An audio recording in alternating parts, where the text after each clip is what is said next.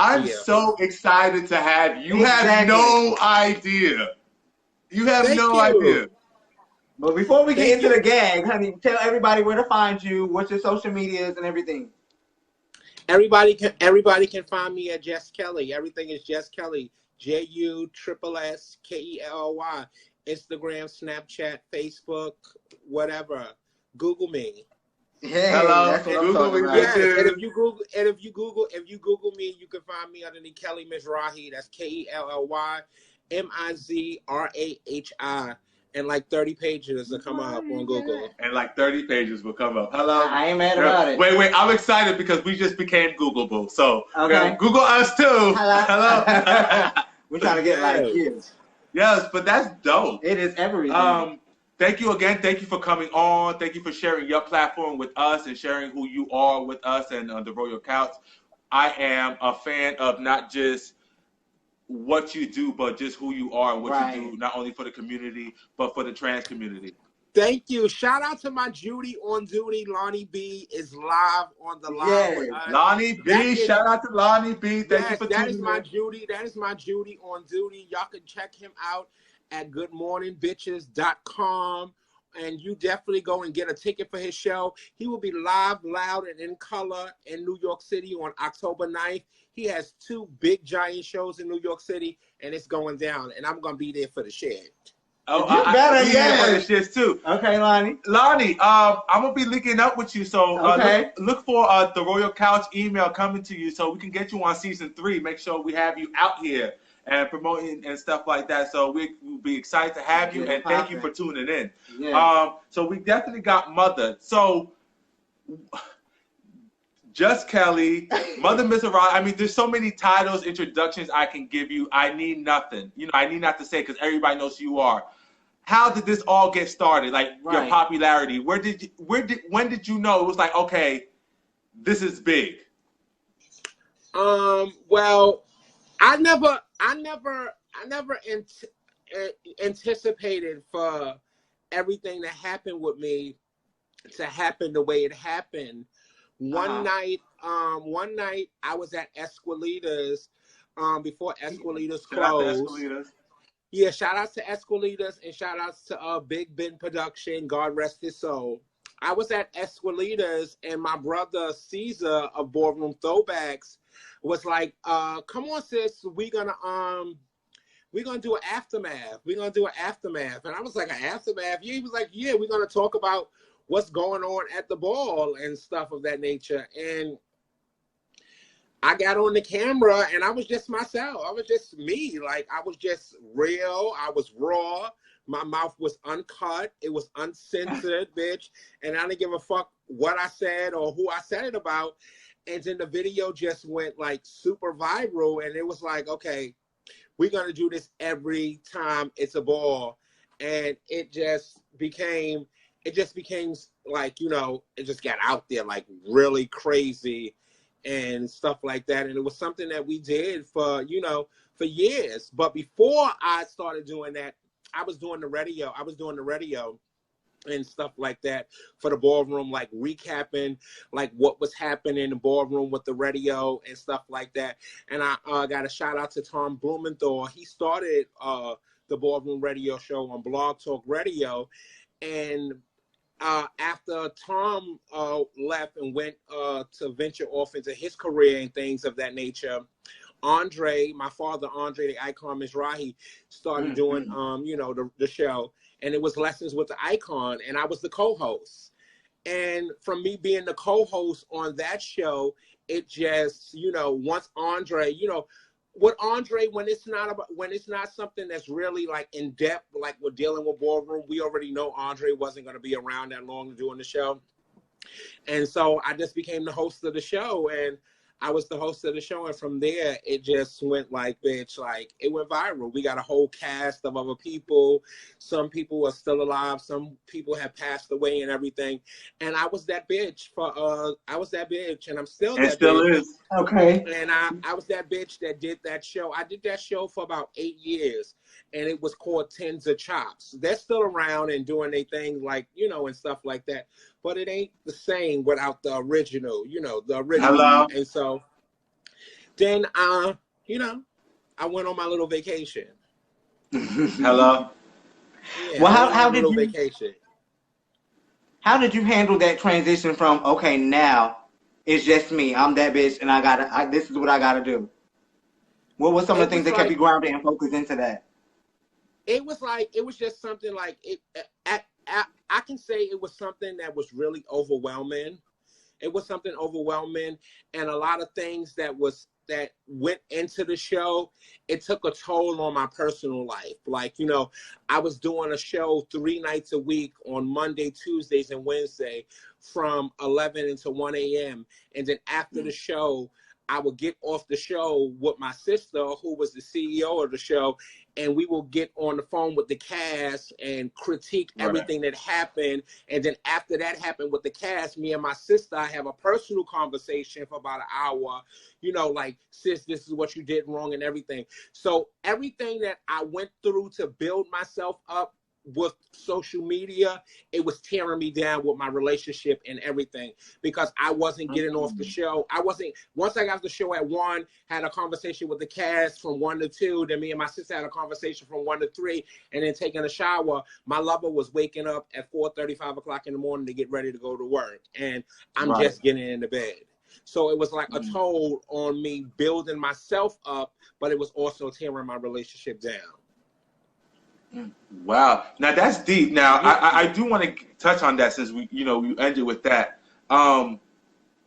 Being who you are and having this, stature behind you, does it make it hard to date? And when you do date, is that something that, do you date in the industry, or do you date somebody local, or do you, like, how does that happen when you go to look for somebody when you have such a big name? Well, right now, since that relationship, and that relationship was 7 years ago, I have been single. Okay, I haven't been with anybody, and I'm still single until this day right now. And it's like, when I look for somebody, like, people have tried to talk to me and stuff like that, and outside of this, people don't know that when the lights and the cameras and the show and all of the stuff come on,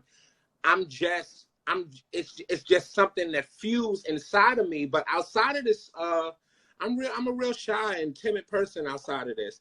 So people that, yes, I really am. So I have people that have came and tried to talk to me and things of that nature. And then it's like, I'm not the same person that, people know from the cameras and stuff. Right. I know you're not shy and stuff like that. And it's like, no, I actually am a shy person. I'm real laid back. When I first get to meet somebody and you open me up, and then once you open me up, it's like, but at the beginning, but I don't like people that knows a lot about me, because if you know a lot about me and you can run down my resume and everything, I don't think that you're here for Kelly Harrison. I think you're here for Jusss Kelly or Kelly Mizrahi. Right.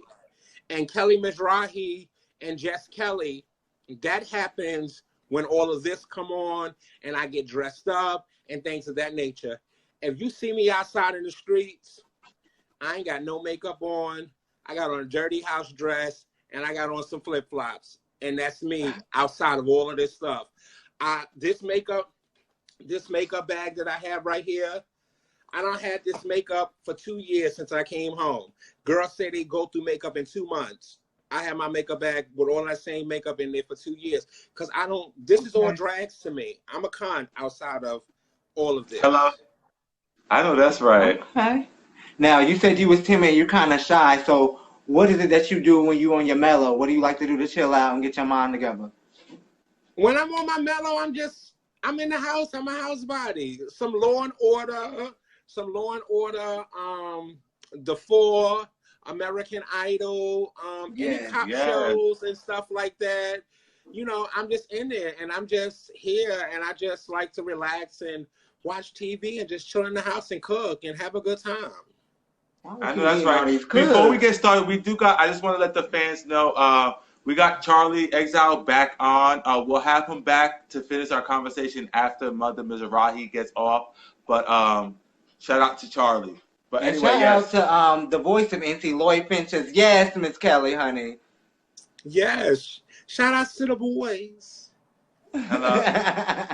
They excited to have you. You know what I'm saying? We all excited. So okay, so you have that. So you say when these people come to you and they know your whole resume, does that really, because I'm in a relationship now, but just for, let's say, like my brother or other people that's in that industry, you have a big name. It's hard for people not to know your resume. So how do you differ the fact? It's easy. It's hard for people not to know your resume, but you got to make sure it's the right person.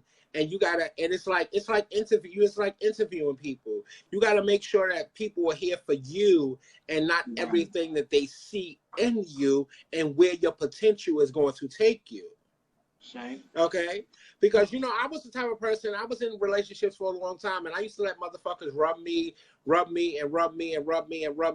Now I'm the type of genie, you rub this bottle one time, bitch, and a bitch is running.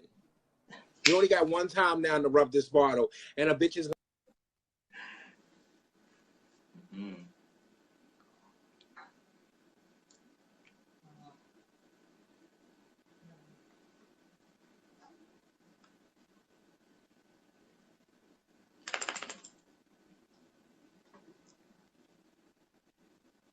Try to get connection.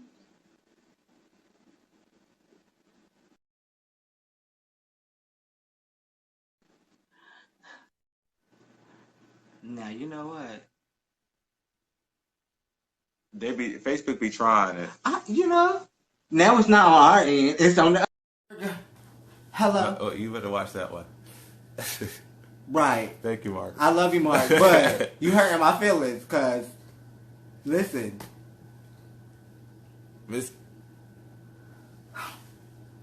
When you lie, you freeze up. She lied. Maurice, what is you talking about?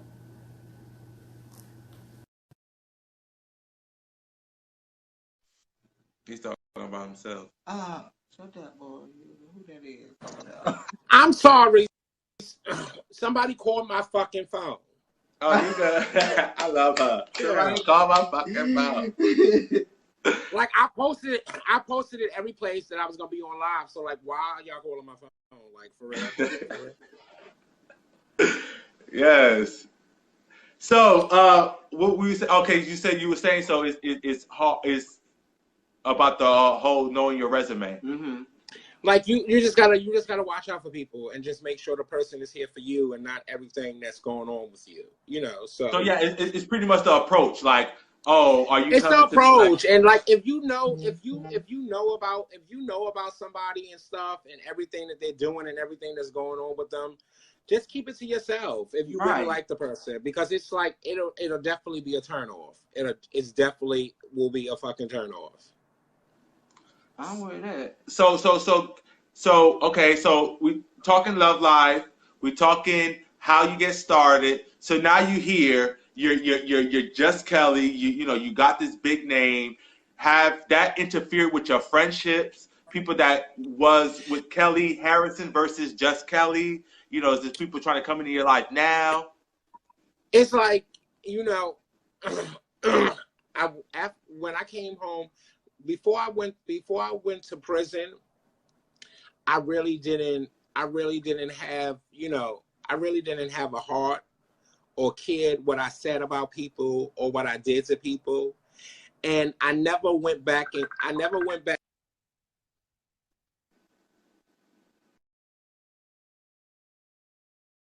She is popping.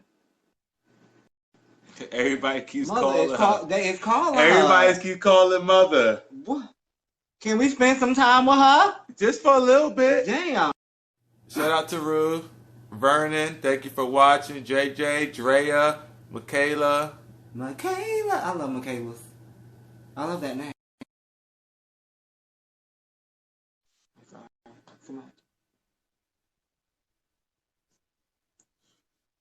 Here she comes back. My kids are working my pussy overtime. Overtime. They are working me overtime. But like I was saying, they don't want to share you. We don't even. I really didn't have a heart, and I really didn't care what I said about people. And I never actually watched any of the videos that I made with Ballroom Throwbacks. But when I came home, I had time to sit back and not watch the videos, but to read the comments and the things that people said about me. And when I was in prison, I actually took the time out, and the programs that you have to acquire so you can meet your parole board to come home, I actually took and utilized the information that I learned in those programs. And a lot of people don't utilize the information. They just sit there and they want to pass the course so they can make their parole board and come home. I actually took that information and I utilized that information, and I found myself in a different place and in a different light. So now I know how to turn it off and when to turn it on. If you understand what I mean. Yes. Before I never had a turn off button. I was always go. So now I know how to turn it off, and I know when to turn it on. When I have to, give the girls Jess Kelly or Kelly Mizrahi, I know when to give them that. And I also know when to give Miss Harrison and be nice and be respectful and things of that nature. And now I'm just in a whole different place in my life that I wasn't before. Beautiful. And I'm happy where I'm at right now in my life and the things that I'm doing with myself and how I carry myself and how I conduct myself as a person. I know that's right. And respect to you, because honestly, your movement, I mean, I've followed you for a while, and your movement, you can see the growth in your movement from before and after to now. You know what I'm saying? So shout out to you and doing what you need to do to grow. Not fuck the community and fuck everybody else. Not to say fuck, you know what I mean? But fuck everybody, but doing it for yourself. Right. You feel me? Where you kind of out here changing you to be better for everybody else. And that's dope. You know what I mean? Because sometimes we do go through situations where we don't want to utilize a lot of situations where, when we go to jail or we have these classes that we need to take or doing whatever we need to do to better yourself, and you just doing it just to get a signature at the bottom of that certificate and keep it pushing. And you're back at the same spot. And then you come home and you sit back and you think like, okay, well, I'm out now. And so it's like, oh no, I'm out now and I'm going to do something different with myself. And that's why when I got the letter that happened with my daughter, and before that even happened with her, I already wanted to get in the field of going back into the prisons and helping the transgender and the gay community that was in there. So when the letter dropped on my desk from my daughter that she was beat by officers, and and I started the movement, the hashtag Justice for Erica, it was like this was something that was destined for me to do. And that's why everybody keeps saying, oh my God, you need to be on TV, you need to be this, you need to be that. Whatever God has destined for me is what God has destined for me. If TV and me being a star is destined for me, that is what is destined for me. If me going back into the prisons, helping the girls in the prisons is destined for me, then that is what my destiny is. I can't determine anything that's going to happen to me in life. Everything that's going to happen to me is already been written out. It was written out 40 years ago. And I'm just here playing out the book that God has written for me. Everybody book of life was already written out for you when you was a child. Your expiration date is already written out. You're just here to play out those. You're just here to play out those stories in that book. And when your time is meant for you to come, that is when your time for you to go. Some people die. You better, mother. Somebody call it again. That God said, listen.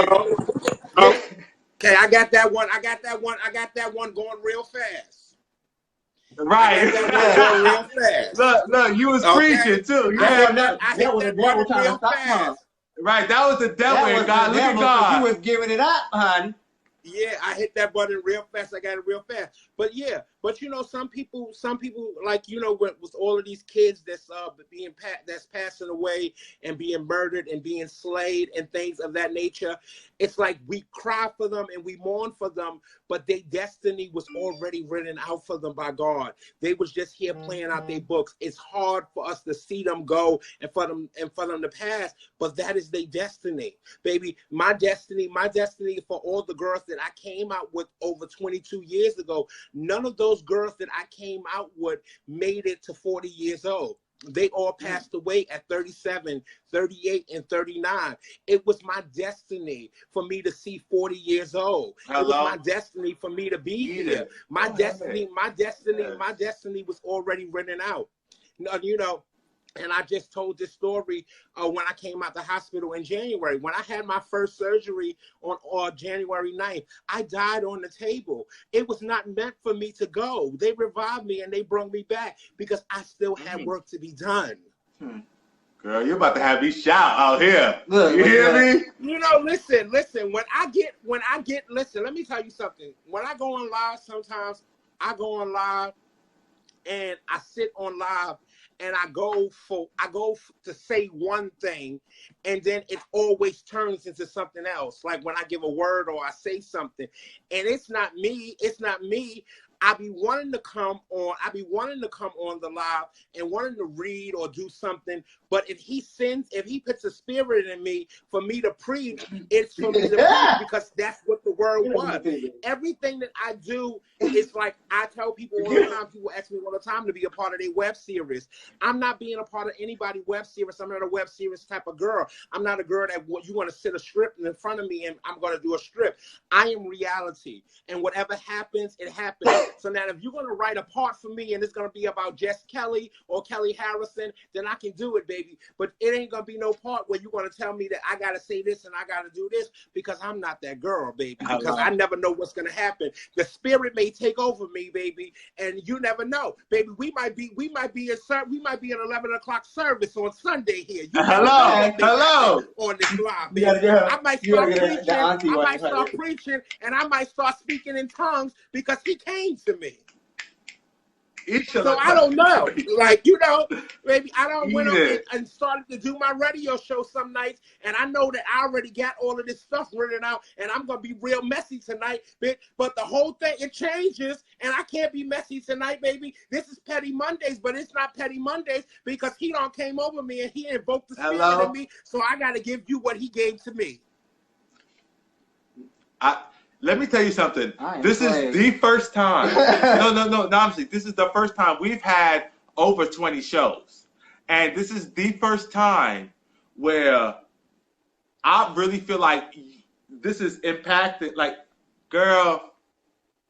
Because you know, it's like we gotta use, like I know now that I can use my platform and I can be messy when I need to be messy, and then I can also use my platform to be positive when I need to be positive. It's about knowing when to use it and how to use it. Before, I didn't know how to use it. I just had the platform and I just used the platform to get me what I learned when I came home was that I used my platform to build me up. But as I was building myself up, I was tearing people down.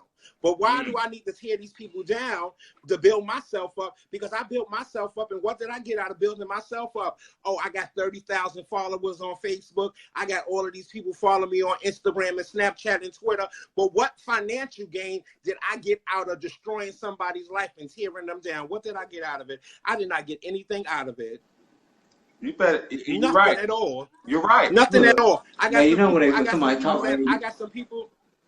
got some people that follow. I got some people that follow me and they live for me. And motherfuckers, everybody sitting here and everybody talking about, oh, I'm here for the shit. They here for the shit. But a bitch went out and a bitch is not crafting and doing credit cards anymore. But a bitch saved up money from 3 bookings and going on 3 bookings and buying T-shirts and purchasing T-shirts because everybody said, oh, they here for the shit. But I'm still sitting in here with a bin full of motherfucking T-shirts. You bitches ain't really here for the shit. Y'all here when I talk shit, bitch. But y'all not here for the shit. Because if y'all was here for the shit, every motherfucking T-shirt that I had in here would have went out to the motherfucking post office and it would have been gone. So you bitches ain't really here for the shit. Y'all here when I'm talking some shit. Oh, you better tell them. And that goes into what we were talking about earlier about just the fact of what people are doing just to get out here, and that ratchetness is taking over. That's what everybody wants. They just want the ratchetness because that's what's popular. I gotta fix my face because you know when somebody's talking about some real shit, you get that shit face too. You're like, I can't. Hold on. There we go. But you know what? You can talk shit. Listen, you can talk shit because you've been on both ends of the spectrum. Yeah, she gave it to the real. You know what I'm saying? That was real life. I done been up. Listen, I done been up. I done been down. I've been kicked out. I started. Listen, let me tell you something. The reason that the girls in the ballroom scene hated me so much, bitch, because when I started in this scene, and I say this to everybody, and people tell me, all of my sister Kool-Aid, MC Deborah, you know, bless my sister and everything, bitch. She tells me all the time, stop saying that. But the girls don't like me in this scene because I was a knot, bitch, okay? I was the butch queen up in drags that went to the club in full drags and peeled out in the middle of the floor and took my wig off, bitch, and put it in my bag and still had on my tight clothes, bitch, and makeup, bitch, looking like a boy coming out the club, bitch. I was the motherfucking underdog. I was the bitch that wasn't supposed to make it, bitch. But now I'm the bitch with the mic in my hand. My mother, Jack Mizrahi, the icon, she controls the motherfucking balls on the motherfucking mic, but I control the balls on the motherfucking internet, bitch. I controls the balls on the motherfucking radio. Now that same bitch that y'all used to read, that used to drive around in the U-Hauls and was that naughty bitch, Miss Thing, she's a bitch that's sitting on that same platform with you motherfucking girls, and you girls just can't motherfucking take it, honey, okay? Let me sit back. Yes. And now you can't take it. Lonnie, Look at golf. Lonnie, stop playing in my motherfucking face, Lonnie. I got my okay? T-shirt, stop playing in my face, Lonnie. Okay? I am not here we for gonna your get shit, Lonnie. Look, bro, we're gonna get a T-shirt too. Real talk, we're gonna get a T-shirt because we support. And I've been supporting. Yes, you know, it's like, you know, listen, I'm just like, I just at this point in my life, I'm about to venture off, and I'm about to move into my new apartment on Monday. And I just want to be happy. And that's it. Nothing else, baby. And I tell everybody, like, I don't know why all the other bloggers and stuff in our community, we all don't get along together, because it will be so phenomenal for all of us to come together. But everybody don't get along. But one thing for certain, two things for sure, Kelly gets along with everybody. I speaks to all of them. I fuck with all of them, because I want us all to win and all of us to eat together. Okay, it will be phenomenal, bitch. Like I speak to Lonnie B. Okay, we communicate. I go to all his shows whenever he's in New York. I speak to T.S. Madison. Vicky was just over here at my house the other day. I speak to Ahmad Wiggins, baby. I speak to everybody. I speak to Look, we added to the list now. Look, we're about to be added to the list now. James, I fuck with y'all. I fuck with everybody, but everybody else, all of those, everybody that I named, besides Lonnie, none of them fuck with each other. Me and Lonnie fucks with everybody, but nobody else fucks with each other. If we could all fuck with each other and come together, it would be a big thing. And have a nasty fucking show and have a nasty motherfucking meet and greet, bitch, it would be fucking phenomenal, bitch. We can pack out a fucking stadium and turn it the fuck out, and we all come out. You better put it so why don't we do that? Why don't we set that up? We can't. It can't happen. It can't happen. You know why it can't happen? Because motherfucking this one don't speak to that one. This one don't fuck with that one. This one read that one. And this one talk shit about that one. It can't motherfucking happen. But if it could happen, it would be fucking epic for it to happen. Because the talent and everything that we all exude when we do what we do, it will be phenomenal, but everybody don't fuck with each other. But when we in this community together, we shouldn't be fighting ourselves. We should be fighting everybody else that's trying to tear us down and kick us over. That's trying to tear us down because we already get enough of it outside. Why did you? But baby, let me tell y'all something. The shit stops now when it comes to all of these celebrities and all of these stylists that's come into our community, stealing our shit and taking our shit and putting it on mainstream. That shit stops now because we are here, bitch, and we're going to stay here, baby. And that's why everybody that's out here, we all need to support each other and work with each other. We need to. Why not? Y'all hit me up. Normally, let me tell y'all something. Normally, when I go and people interview me, I normally tell them, I take 20 questions. You send me the 20 questions and what questions that you're going to ask me, and I'll look over the questions and I'll send them back to you and tell them which ones that I'm going to ask. I had to stop doing that. You know why I had to stop doing that? Because I just need to be a free spirit. And whatever they ask me, I'm going to answer the question, and I'm going to be real about the question. What? Want to know about my sex life?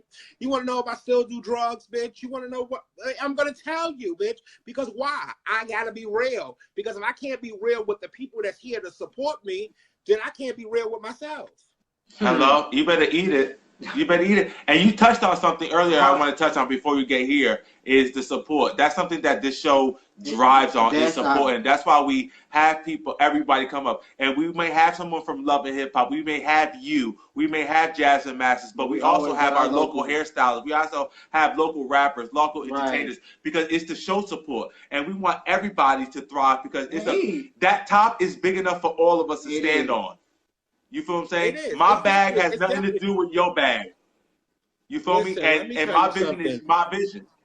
Secure the bag, baby. Secure the motherfucking bag, because baby, if you don't secure the bag, honey, it's gonna secure you, honey. Okay? Don't let the money make you, bitch. You go out there and you make the motherfucking money, okay? Baby, that's what you gotta do. Okay? It's just like, I just love, like, let me tell you something. I came home and people was like, oh, you should host parties and things of that nature. That was never something that I wanted to do or I wanted to get into. But then I realized, like, you know, let me get out here and let me do this motherfucking thing and shit like that, bitch. But I never wanted to host the parties. I don't, and people don't understand, I don't, even though I put myself in this position, I don't like everything that comes with the position. It's just like, it's just not like, I would love to go out and go to the club and just sit in the club and just have a good time. But when I'm in the club, I can't go to the club and I can't be Kelly Harrison. I want to go out and I want to be Kelly Harrison sometimes, but I always got to be Jess Kelly or Kelly Mizrahi.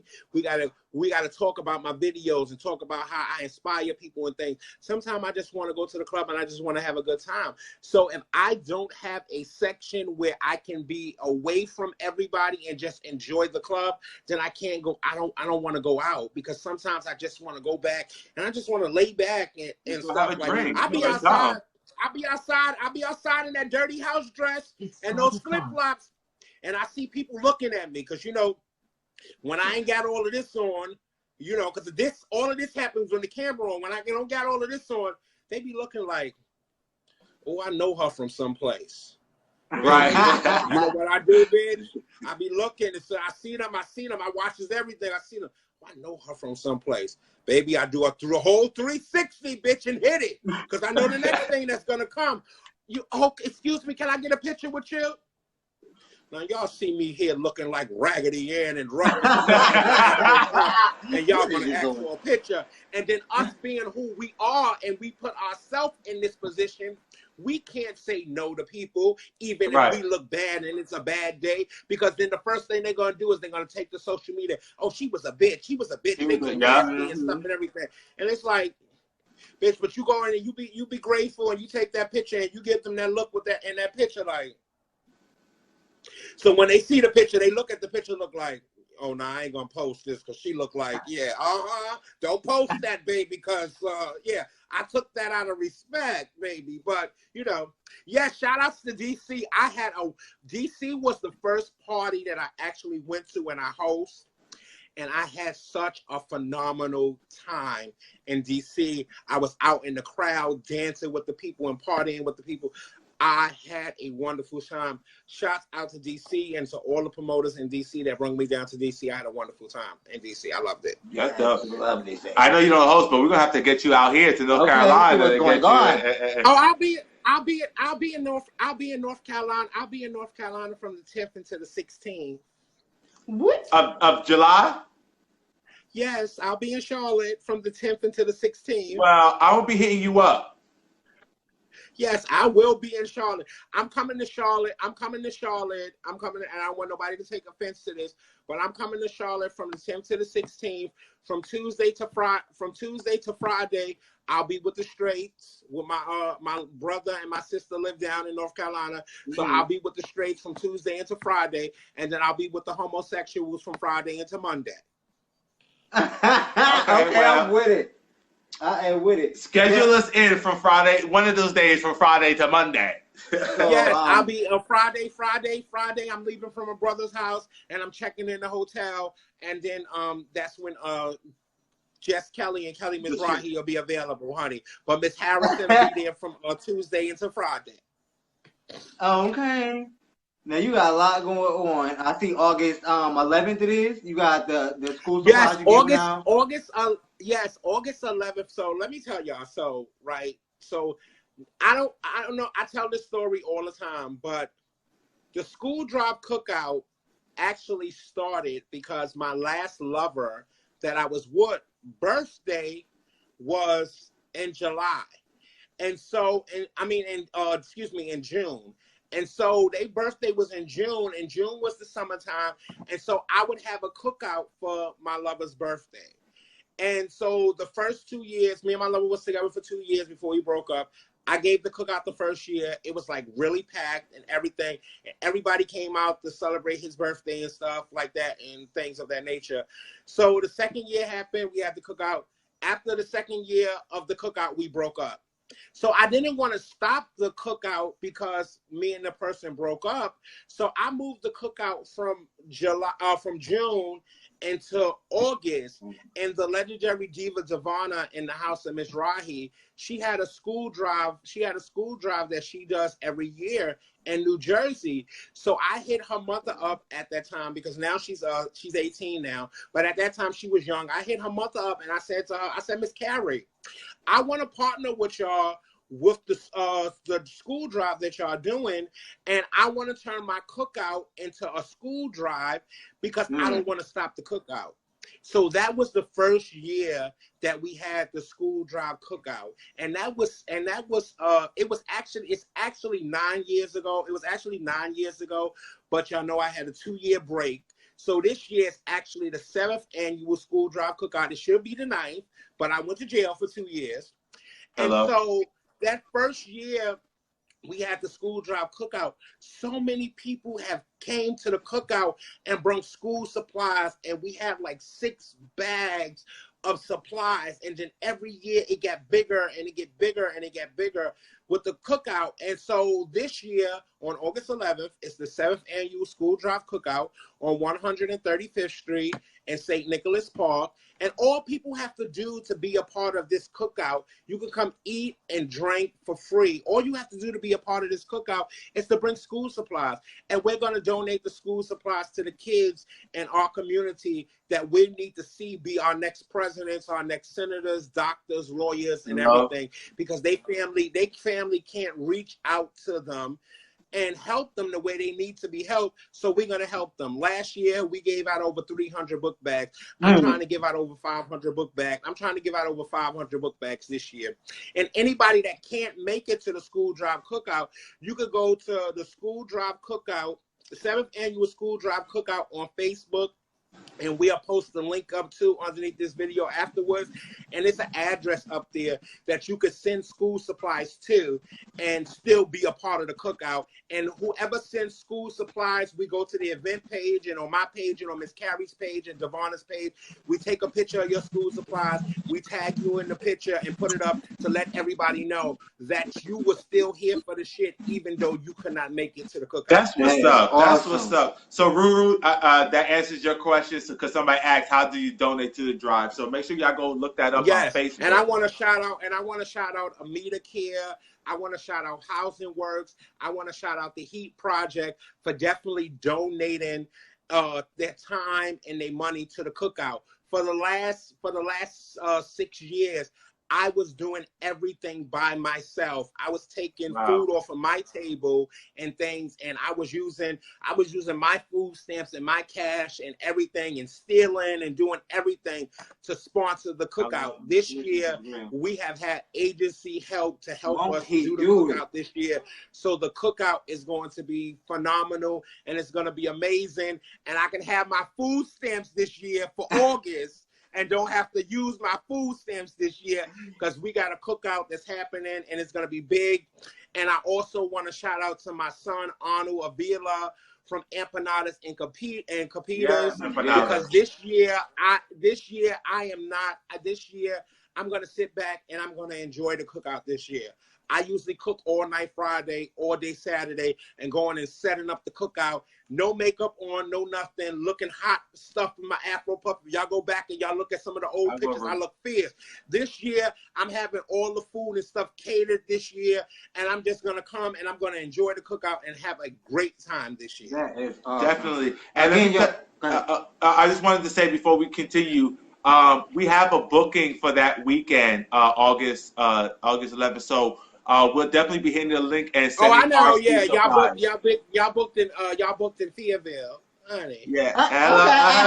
Thanks for knowing, mother. Thank you. But yeah, yes, baby. You know, I know the tea, baby. I know the tea. I know that's right. But we'll definitely be sending our school supplies to your event and to the address. So we'll definitely go look that out, and we'll definitely share that flyer and that address so that people can send it out to you as well, whoever can't make it. And again, viewers, she's got it on all the Facebook events page. I actually found it on her Instagram with the address and everything. So please, please, please, love like mother is doing, honey. Love because you're supposed to. I just posted the link underneath the video so everybody can go to the event page and y'all can see the address and stuff up there. I just posted. I don't know if it came up because I don't see it on the timeline, but I know I just posted underneath the video on my page. If not, we will find it and have it posted. So we got through the good stuff. We got through the support, and we even had church. Okay, hallelujah. But I'm here for the shits, and for our viewers and for people that, we haven't talked about, there's another video that went viral. Oh, mother. See, we don't like to get too, let me tell you something. We have to talk about it. I gotta break the story down. Hold on, because I'm a little hot. Y'all can't hear my fan, right? My little fan. Y'all can't hear it? No, we can't hear it. Okay, because I had to turn it on because it got a little hot. So let me have a little sip. You had jumping that man on his whole head. Okay. So 15 years ago, I was a young little butch queen up in drags, that was transitioning into becoming a femme queen. And, I had little B-cup, little titties that disappeared when I laid back because it was boy fat and stuff. So I wanted to enhance my body. So I went and got industrial silicone pumped into my body. But over the years, the industrial silicone came together into a hard lump in the top of my chest. So for like the last 2 years when I came home from jail, I was looking for doctors and things to remove the silicone from my breast. So on August 9th, I went in for surgery, for my first surgery. On August 9th, I went in for my first surgery for the silicone to be removed out of my breast. I had the silicone removed. I had implants in place. Into my chest. I think 3 weeks into me after my surgery, my left implant, it was feeling like it was moving and it was sliding underneath my arm. And I told the doctor, I said, I feel like this is moving. And he just kept, keep your binder on, and it's going to be all right. So February 7th, I was here in the house and I was feeling really ill. And I called my sister Nicole, and I said, I think I got fluid on my breast. And she was like, you would know if you had fluid on your breast if it was warm or whatever. And so she came over after work, and she looked at it. She said, it looked all right, but let me take a couple of pictures and send it to the surgeon. So she took a couple of pictures and sent it to the surgeon. And he emailed back and was like, for her to come into the hospital, she was being admitted into the hospital. I went into the hospital. And I was in the hospital. I was in the emergency room. They admitted me in. And when I was in the hospital, my breast, the cut from the incision had bust open. I never understood why every time my sister went to the hospital that she always told them she was trans when she went to the hospital. I got all my information changed. Why am I telling anybody my tea when I go to the hospital? But I knew afterwards why. Because when you're trans, they don't put you in a room with anybody else. Okay? I was put in a room. I was in a room, and within the 5 days that I was in the room, I had 3 different old ladies that was placed in the room with me. And I wound up getting a bacteria in my breast that was called MRSA that you can only get in a hospital. So now I was put in quarantine, and I was put in a room by myself. The next day I was rushed into surgery.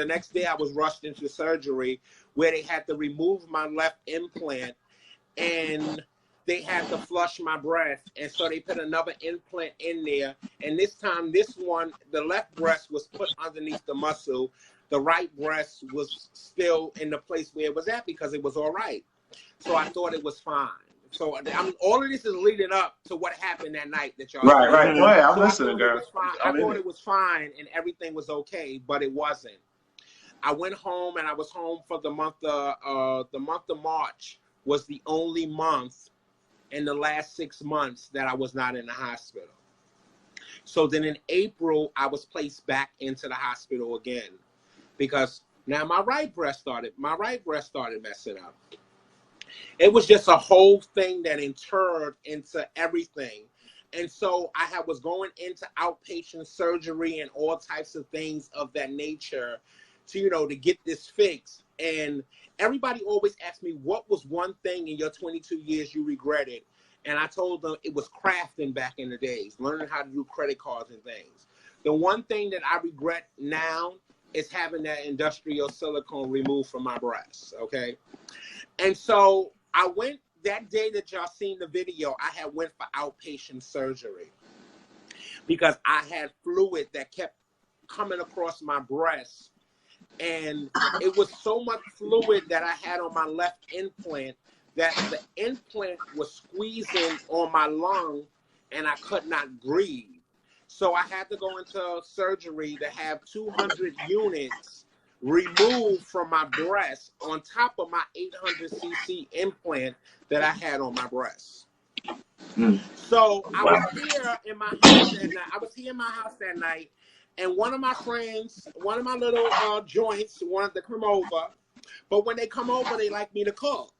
So they was like, could you cook me something? So if y'all go to my Instagram page, y'all see my pineapple bowl. I seen the recipe on Facebook. I said, let me try this pineapple bowl to be real fancy who I am and things of that nature.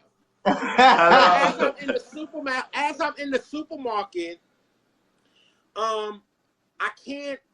even still to this day, the left side of my body, I only have 60% momentum in the left side of my body.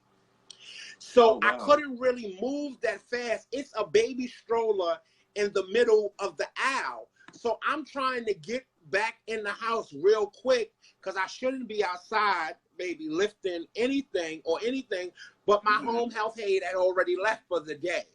Okay, this is how fucked up I am right now, and nobody doesn't know because I don't tell anybody this. Bitch, Kelly, this Fab Kelly that everybody lives for, she has a home attendant, honey, that comes in and help, but Kelly can't lift more than 4 fucking pounds, okay? Bitch, I went out yesterday and I tried to help my sons lift the air conditioner, and my motherfucking incision on my breast started leaking because I just came home from the hospital last week on motherfucking Monday, okay? So I'm in the supermarket. I'm trying to get around this stroller that they leave in the middle of the aisle by the eggs and the cheese and shit. And I knocked and the stroller's about to knock over. I try to go grab the stroller, but since I can't move so fast to grab the stroller falls down, and they got berries in the top of the stroller. And so the husband says something. I forget what the fuck the husband says, but it was real disrespectful. And as I'm trying to grab the stroller, he smacks my hand away from me trying to grab the stroller to pick it up. And I was like, listen, you ain't got to give all of that, baby. You know, I'm trying to, you know, help and all type of stuff. He gonna talk about, well, you could have just waited. I was coming to move. No, motherfucker. Now that motherfucker shouldn't have been in the middle of the motherfucking aisle. This is a motherfucking supermarket. Y'all all the way over here. Y'all motherfucking stroller is the fuck over here. You should move that motherfucker. So now his wife comes, and you see how the voice changes. The wife comes and she clocks because the voice changed. Now she start calling me all types of trans and fags and all types of. I don't give a fuck about none of that stuff because I've been out for 22 years. And every bitch has their day when they get clocked. The realest motherfucking bitches have their day when they get motherfucking clocked. Okay? But what got me, bitch, was when that bitch told me, because now I told you my left breast was up here, the right breast was down here, because this one they had to put underneath the muscle to try to secure it this time. Right. This bitch told me, you need to go get those lopsided titties fixed. That was a motherfucking trigger for me, bitch, because this is something that's like telling a motherfucking person with one motherfucking leg, you need to get that leg fixed. That's like telling a motherfucker that got a list that can't get their list fixed, that they need to fix that list. Now you don't trigger me, bitch. So now I'm going to the front of this supermarket and I'm gonna pay for this motherfucking shit, baby. And I'm taking this shit upstairs and I'm taking off. I got on baby blue and white. I took that baby blue and white off, bitch, and I put on that black and that blue, and I came back downstairs hoping that they were still in the motherfucking supermarket. Because now I'm going to smack this motherfucking bitch for being disrespectful. On top of her throwing stuff at me in the supermarket and shit, I'm going to smack her. So now I come back in the store to make sure they still in the store. Oh, yeah, bitch, you still here, bitch. When you come outside, I'm going to smack the dog shit out your ass. Okay. Okay. So then her husband, I go and I post up on Southside the mailbox, bitch, like Banshee motherfucking cunt with my bonnet on. The husband keeps coming out the motherfucking store, talk about you ain't gonna do nothing to my wife. You ain't gonna do nothing. Motherfucker, you better shut the fuck up and carry your ass back in that store because I know she's biologically cisgender woman. I'm gonna smack her and I'm gonna keep it moving. Okay? He kept coming out the store. The third time he came out the store, you're not going to keep telling me that I ain't going to whoop her ass. So now I'm going to whoop your ass. So what y'all seen in the video was the third fight. I beat this man up 3 times. Y'all only seen the end of the video. That's all y'all seen was the end. I whooped that man ass 3 times. The second time, I got ready to whoop his, the second time I got ready to go back upstairs because I already had beat him twice. I said, I'm done with this. He said, yeah, take your fat faggot ass upstairs. So now I'm going to show you what a faggot get, how a faggot get done. Because ain't nothing a fag about this, baby, okay? So I bended him up like a pretzel and I stuck my finger in his ass and showed him how the fag gets their finger stuck in their motherfucking ass. Okay, so what y'all seen was only the end. It was 2 other fights before y'all even got to what y'all seen, honey. And I brung my ass upstairs. And within 2 hours of me coming upstairs, the video had over 3 million views and went viral within 2 hours of me coming upstairs. And I kept telling everybody that was calling my phone because you never seen my face in the video. I kept telling everybody that was calling my phone, that was not me in that video. I don't know what y'all talking about. I came out of surgery. I didn't do that. I said, I just came out of surgery. That wasn't me. Baby, they gave the very, baby, we know your voice, baby. We ain't see your face, but we know your voice. So next time I got to just keep my mouth closed. Right. Baby, when I saw that. The fallout. And that's what happened. And then, you know, it's just been a whirlwind after this, and this is gonna be exclusive. This is gonna be exclusive. I have not even talked about this. I have not talked about this on my show or anything. Right? I have not talked about this on my show or anything. No one knows about this at all, and this is exclusive. We're giving y'all exclusive here. So, thank you. Last week, I think 2 weeks ago. I haven't been on the air for like the last 3 weeks. I got really sick. I went to go look at my new apartment that I'm moving into on Monday. And I had to leave. I had to leave the me looking at the apartment because I was really, really sick. I was sweating and everything, didn't know what was going on with me or anything. So I came back home, I laid down in the bed, started taking some antibiotics and things of that nature. Hopefully that this would help me get myself back together.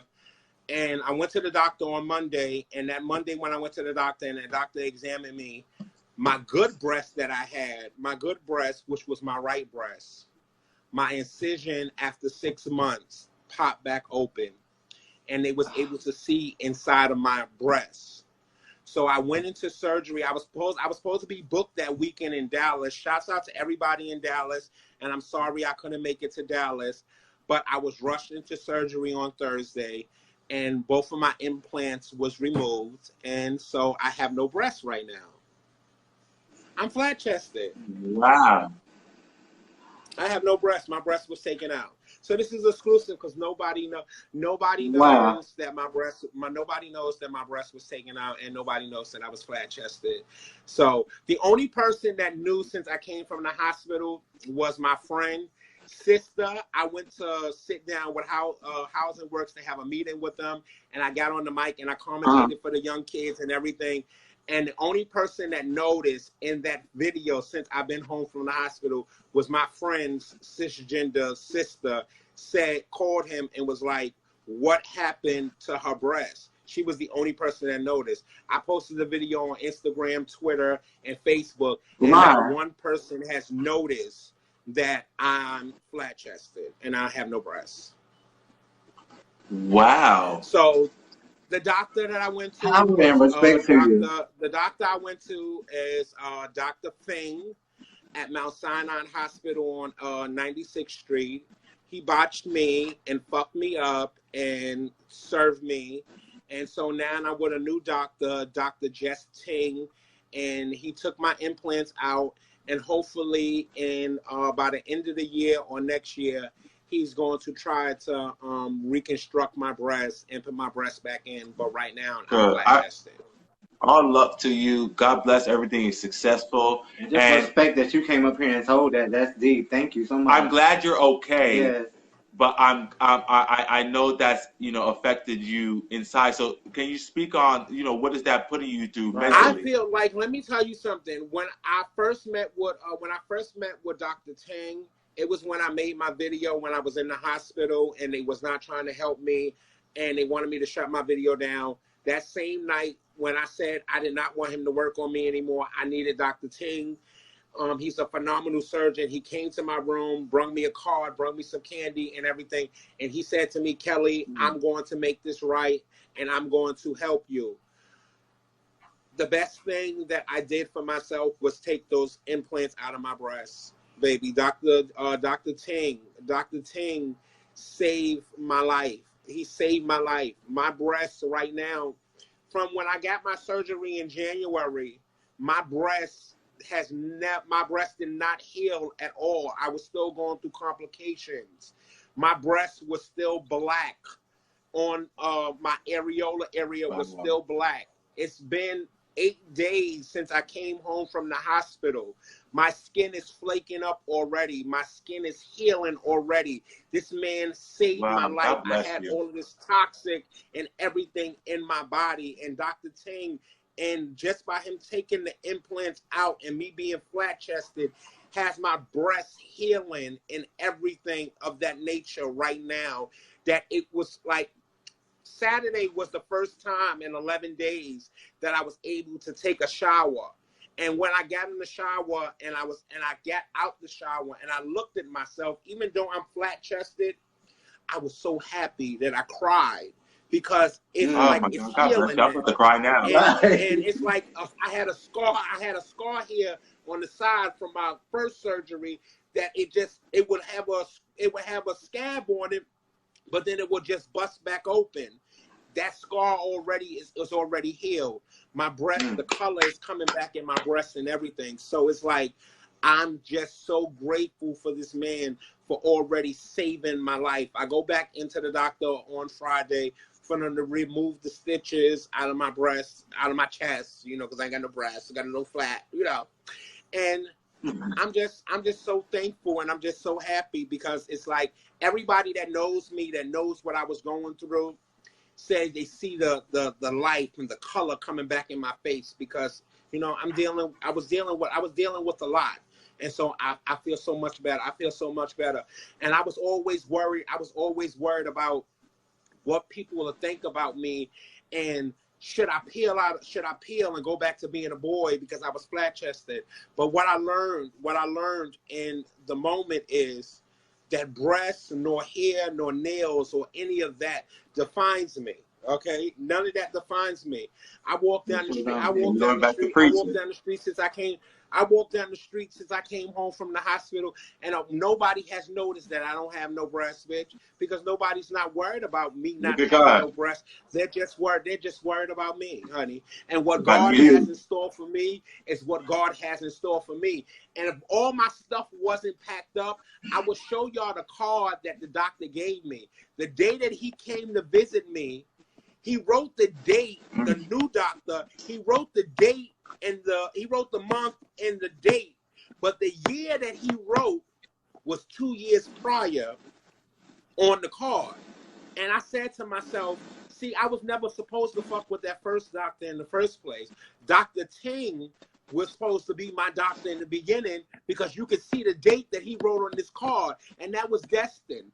And he's going to make everything all right. He's going to fix this and make this do what it do. And whenever it happens, it happens. When he said, Kelly, your body is ready, and we're going to go in here and we're going to try and we're going to do it again, and it's going to work. It's going to work. He told me when I went to go see him 2 weeks ago, he said, Kelly, I love this new you. I love this personality. I love this. This is the Kelly I like, the happy Kelly. Because when I was depressed. I was going through it. It was just like, yeah, he said, I see a whole different. He says, I see a whole different in you. And I said, the whole different is because you saved me, because you took that shit up on my chest, bitch. Because I told that last doctor, I'm not going to be these other girls. You're not going to fuck me up multiple times, and I'm going to keep coming back to you. You had 2 times. I let you fuck me raw 2 times, bitch. I'm not going back for a 3rd time to fuck me raw, bitch, okay? You want to sit here and you want to rob Medicaid? I could have went to Mexico and came back and looked like a big motherfucking Barbie doll, baby. They charged Medicaid $49,000 for 2 motherfucking surgeries, bitch. You ain't getting no more motherfucking money from motherfucking Medicaid off my motherfucking time and my time. I'm going to somebody that's gonna do me right and make me be whole and make me feel like the person that I know I should fucking be. No. I know that's right. So with you saying that, and God bless you, before we continue, God bless you, and I'm so glad to know that you are okay and doing this, because the world didn't know. So yeah, nobody knew. What advice do you have to an upcoming trans, someone that's thinking about transitioning, or even someone that's thinking about getting surgery? What kind of advice would you give that person making that step?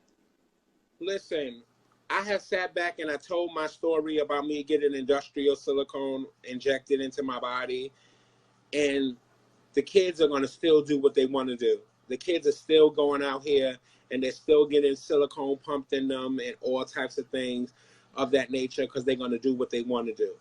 But if I had to give anybody advice, I'll tell them to take their time.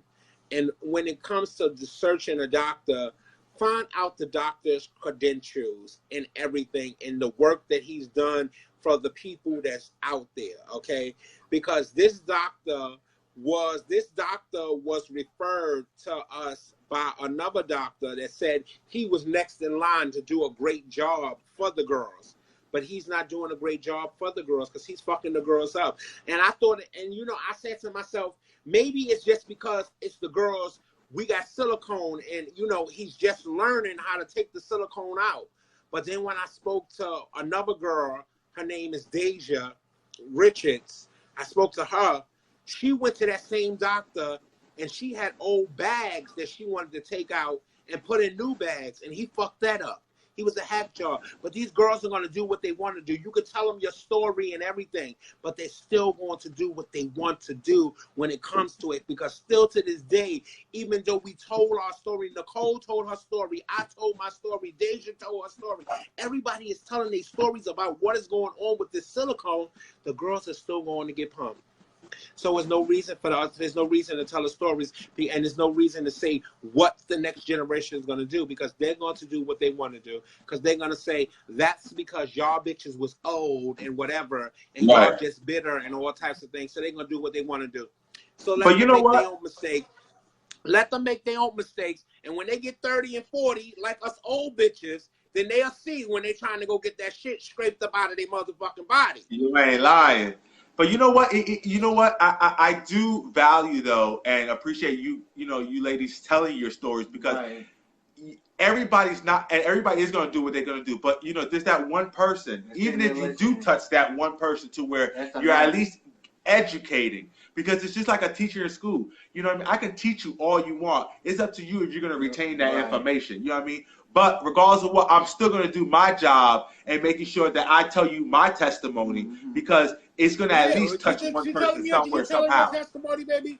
You can take a cow to water. You can take the cow to the water, but you can't make them drink it, baby. Okay. Hello. That's right. You can't. You just can't, baby. Like, listen. And I tell all of these young girls out here that's getting this silicone, that is one thing that I regret that I got done, baby. Please stop putting that shit in your body, baby. Please stop putting that stuff in your body. These people tell you that is one thing and there's another thing, baby, and then you see what it has done. It's done so much to the transgender girls. It has done so much to our cisgender women that's out here that want to get these fat asses so they go stripping these clubs, baby. But then they don't realize, baby, you get all of this stuff, baby. But now, baby, you were sitting around and you got to put makeup and dermablend and all types of shit down your ass and your legs and stuff, because, bitch, that shit is bruised, bitch. Honey, bitch, you put your pants down, bitch, and look like a nigga used you for a punching bag, bitch. Ain't nobody punch you, bitch. That's that silicone trying to get up out your body. I agree. I agree. Oh, Lord. So, girls, make sure y'all listening out here. Make sure y'all listening, because this is some true tea. You know what I'm saying? But before we let you go, though, I wanted to get your input, your reaction on, because I know you're in the ballroom, about Pose. I want to know how you feel about Pose, because I know Pose is not getting the ratings that it deserves, and they're talking about even canceling this short. Shut up, for real? I think Pose is a phenomenal. I think Pose is a phenomenal show. They have great storylines and things of that nature out there. But what the problem is that our black community of LGBTQ is supporting the movement of Pose, but our Caucasian counterparts is not supporting it the way they should be supporting it, okay? Because we all got to realize, baby, this is not about the L, the G, the B, the T, the Q, baby. This is about all of us, okay? We are all a community. Each one teach one. As long as we support each other, baby, we're going to be here, baby. But they don't want to support us because they think that they're better than us. You're no better than us. You're just a different skin color than us, baby. You're no better than we are. They still see you as a motherfucking devil. They still see you as a mook, a homo, a faggot, and everything, baby. Just because you walk in corporate Wall Street and all types of things, baby. When they have those closed door conversations, baby, they still ridicule you and talk about you the same way they talk about the black, the Puerto Ricans, and everything. You are no better than us, baby. We all come together and work together. Stop trying to separate them. Stop trying to separate the letters and bring the letters together, because as a force, we are a force to be reckoned with when we stand together. One thing that I seen, and I'm not gonna mention names, but I just see that everybody when it comes to a cisgender thing, I seen everybody running around and everybody was sharing this and sharing that and doing this and saying that. But when somebody from the community and our community is murdered and whatever and things of that nature, where are those cisgender people? But that's not besides the ones that accept us. Where are the ones that don't accept us? Are they sharing our posts about someone being murdered or someone being killed? No, only the cisgender people that fuck with us is sharing that post and making it go viral, bitch. But we sitting here and we share everything. Oh, it's a cause and we need to be a part of this cause and this stuff. When are they going to be a part of our cause, baby? Right. When are they going to be here to fight for us? When is anybody gonna love her? The same way a transgender man get killed, or the same way a transgender woman get killed, or a gay man get killed, baby, they family mourns in the same way that the straight people family mourn. So why can't we make a cause and rally behind that and put that out there the same way y'all do for the straight people? But they just don't. And it's just like it's life. Like we gotta do better. We gotta know better so we can do better. Yes, it's a cause that's going on Facebook and Instagram and all of this stuff, and y'all want to be a part of it so y'all can see, y'all get y'all likes and all. But ain't nobody being a part of us. Nobody's talking about the girls that's being killed. Nobody's talking. I didn't see that the transgender that just got killed on Monday. I didn't see everybody sharing about her that got shot in the hotel down there. And it doesn't matter if she was an escort or a prostitute or what she was doing for her walk of life. But I don't see everybody running around and sharing that about her being killed and her being slain. Her mother and father have to bury her too. Why y'all not running around putting that up, baby? Everybody needs justice. It's justice for everybody, not justice for just one person. We need to get justice for everybody, honey. Okay, I agree. And everybody needs to get registered to vote, baby, honey. I think we still got about 2.5 more years, bitch. Everybody needs to get registered to vote, bitch. And y'all need to get the fuck up out, bitch, and get motherfucking Donald Trump out the motherfucking office. And everybody that's a Democrat needs to motherfucking be on those motherfucking lines, bitch, and stand on those lines as long as those motherfuckers keep y'all on that line and vote November 8th, bitch, to take over the motherfucking House and to take over the motherfucking Congress, bitch. That's the only way that y'all gonna keep the shit that y'all have and change the motherfucking shit that's going on that this motherfucker Donald Trump is doing in the office. We need those seats in the Senate, bitch. We need to become the majority, bitch, because once we become the majority, bitch, every time he sends something down, bitch, to their desk, bitch, it's gonna get motherfucking veto, bitch. We're gonna fight, bitch, okay? We're gonna fight. You ain't lying. We're gonna fight is if you make sure that your kids, your neighbors, and everybody that's out there is registered to vote and they stand on the line. The point of them making us stand on the line and staying out there is for us to stay on that line and get the right. You know what? I'm tired of this shit because they know black people don't want to stand on no line, bitch, unless they waiting for some motherfucking Jordans or the new motherfucking iPhone, bitch. They ain't standing on the line to vote. They gonna leave, bitch. So that's why they take their time processing to get y'all in there so y'all can vote, so y'all can go home. But y'all need to stand on that line, bitch, and let's get this shit motherfucking going. Because that's the only way we're going to keep all our motherfucking shit, all of these transgenders, all of these rights, all of these health cares and everything that we don't get, bitch.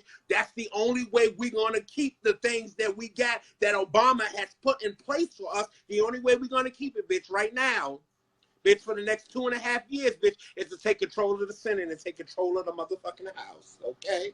Hello? You better just say. And on that note, Yeah. hello, and on that note, candidate for presidency, Miss Kelly. I love y'all for loving me. This Monday will be the first time in 3 weeks that I'll be back on the air. I'm going to be back on the air at 9 o'clock on Monday night. I've been off the air for the last 3 weeks, but I'm coming back Monday night for Petty Mondays. You can find me at www.blogtalkradio.com/The Jess Kelly Show.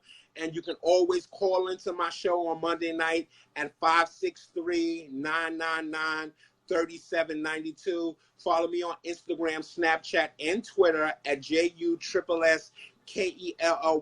And I'm always here for the shit. And what I said to y'all was, follow me. Follow me. Follow me. Do not add me as a friend because I cannot add anybody as a friend. Follow me. Follow. Friends requests will just sit there because I cannot add anybody. So if you want to be here for the shit, follow me. Follow me. Follow me. Follow me. And to all my viewers and all my fans out there that is on Instagram and they see that I got to make this known, that sees that I have unfollowed them. What I learned on Instagram is you cannot follow more than 7,500 people. And I don't feel that that is right, that you can't follow more than 7,500 people. So for the last 3 days, I have been deleting everybody off of Instagram because if I cannot follow everybody, I'm not following nobody.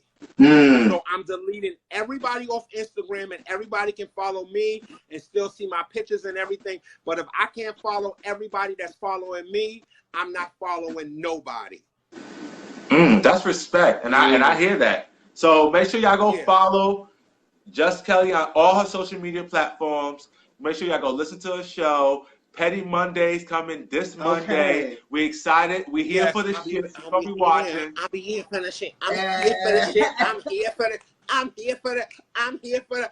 I'm here for it. I'm here for it. Oh, yes, baby. But I'm about to get up. I got in drags. Yo, listen, let me tell y'all something. I got in drags for y'all. I was sitting here, bitch, no makeup on, no nothing. I'm about to take my baby wipes. I'm about to get up out of drags. I'm about to put on my dirty house dress. I know. I'm about to take it down. Thank you, boo. I love you. I love y'all. Thank y'all. Thank y'all so for inviting me to come and be a part of y'all season finale.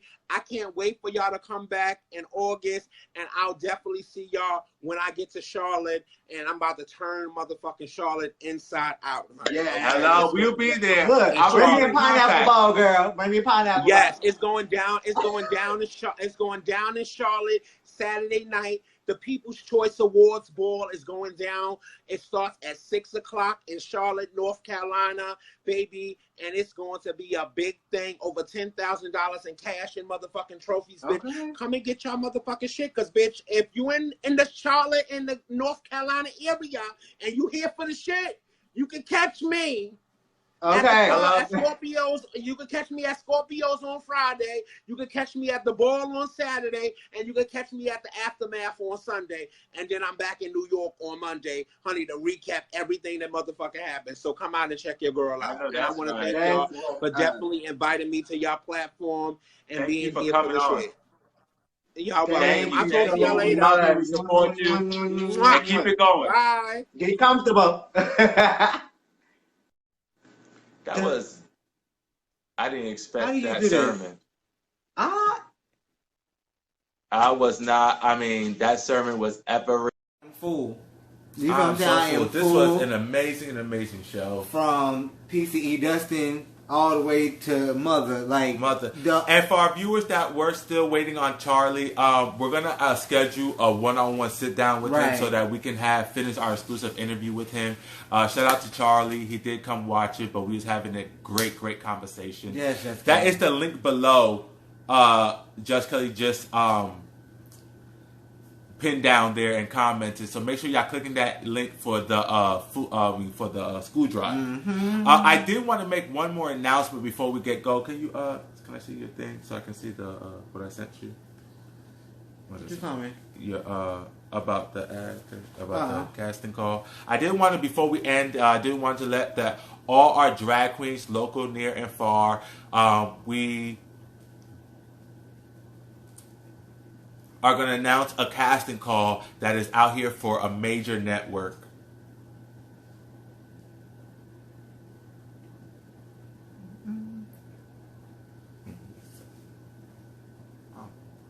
So, for all our drag queens, near, here, and far, we have a casting call seeking drag queens for a docuseries pilot for a major network. Do you have the personality and the story? Let's talk. The docuseries will focus on things you do and go into on being able to live your life in drag realness. The stunts, the extra hours at work, the secrets held, etc. This is a paid role, guys, from a major network, seeking a few individuals to follow, so bring your A game. To submit, send 3 photos, 2 in drag and 1 as a male. Your email address, your contact number, and send this to dkpp@diamondkeyshawn.com.